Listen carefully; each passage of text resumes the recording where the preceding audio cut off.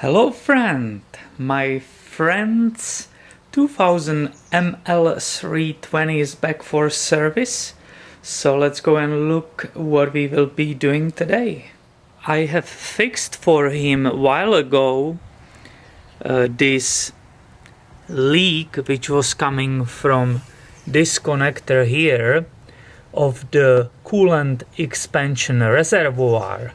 Of course, it's always the best to replace it with original part, so he ordered new one, and that's what we will be doing today.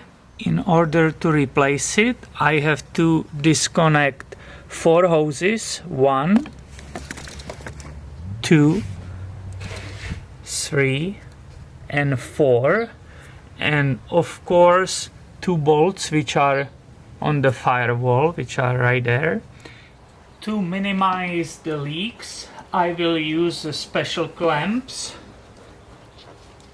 which will stop coolant leaking when the hose will be disconnected. I better not forget to remove these 2 bolts. It's a 10mm socket. I will start disconnecting 2 top ones because they don't leak. This is the overflow. And this one is clamped. I will first open this cap to release remaining of the pressure. Of course, don't make this service when the coolant is very hot. And the top one gives me idea how is the diameter of the connector on the bottom, so I can select such a nice cap which I will be able to cap the bottom and lose as minimum as fluid as possible. Having ready the cap, I undo the clamp. Oh, now it's going to break. Yeah, but it's okay. I will undo the clamp which is on the bottom. I have ready my coolant catching reservoir outside, so now it's the moment. I will slide it off. When I slide it off, I will remove the sensor connector, so the reservoir it's ready to be moved. Can cap this, and I will remove these 2. 1 and 2, holding my fingers on it and really quickly run out. I was actually able to catch way more than I expected. I thought it will be just 1 tank, but look how much fluid, the coolant, I was able to save. This is fantastic. So I'm ready to install the new part, which is right here. Just don't forget on the back, hook that level sensor.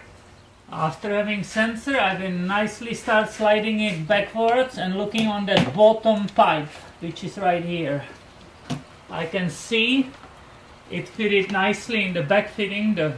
These are here, and I have the first pipe there. Excellent. I will install back these 2 bolts, and I'm ready to install the upper and the bottom pipe. And the last one is the overflow one. I will go ahead and clean the little mess I made around, and I'm ready to start carefully filling up the whole reservoir with the coolant which are saved. While filling it up, I will pay attention to the possible leaks. It looks like I didn't lose much. This is the original coolant which I was using before. You cannot just use the green one, you have to use the red one. The part came with the new pressure cap, so I will use that. I will be not using the old one. We'll put a new pressure cap until it clicks, and I'm ready to start the motor. I'm checking immediately for possible leaks. And you definitely have to let the engine warm up or the coolant get hot, because it might be not leaking right now, but it might leak somewhere when the pressure will build up. This service was pretty easy, wasn't it? I will have way more similar Mercedes-Benz videos coming in the future, so stay tuned. Even better, subscribe. because they are coming very soon. Have a nice day.